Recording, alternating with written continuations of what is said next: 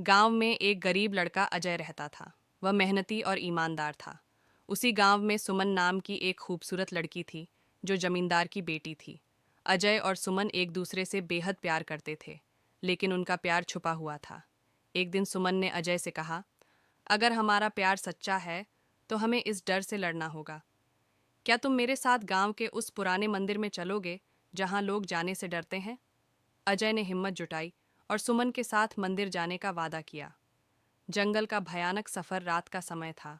दोनों चुपचाप गांव से बाहर निकलकर जंगल की ओर चल दिए। रास्ता सुनसान था। हवा में अजीब सी ठंडक और डरावना सन्नाटा था। जैसे ही वे जंगल के बीच पहुंचे, अचानक एक बूढ़ी औरत की चीख सुनाई दी। दोनों रुक गए। अजय ने सुमन का हाथ कसकर पकड़ा और कहा, डरने की जरूरत नहीं, मैं तुम्हारे साथ हूँ। जैसे ही वे मंदिर के पास पहुंचे, बूढ़ी औरत का साया उनके सामने प्रकट हुआ। उसकी आंखें लाल अंगारों की तरह जल रही थीं।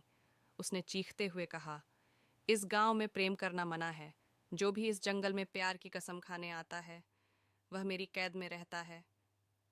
सच्चे प्यार की जीत। सुमन ने साहस जुटाकर कहा, हमारा प्यार सच्चा है, तुम हमें अलग नहीं कर सकती। अजय ने भी आत्मा से पूछा, तुम ऐसा क्यों कर रही हो? क्या तुम्हें भी किसी ने धोखा दिया था? आत्मा कुछ पल चुप रही और फिर अपनी कहानी सुनाने लगी। वह पहले इस गांव की एक महिला थी, जिसका नाम दुर्गा था।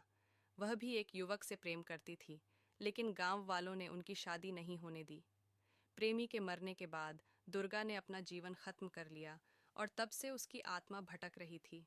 अजय और सुमन ने आत्मा से वादा किया कि वे उसके अधूरे प्यार को पूरा करेंगे।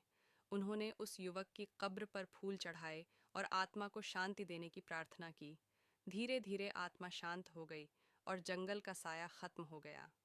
सुखद अंत। गांव वालों ने अजय और सुमन के प्यार को स्वीकार कर लिया। दोनों की शादी बड़े धूमधाम से हुई। कालीगढ़ गांव अब भूतिया नहीं था, बल्कि प्रेम और विश्वास की मिसाल बन गया। सच्चा प्यार हर डर पर विजय पा सकता है।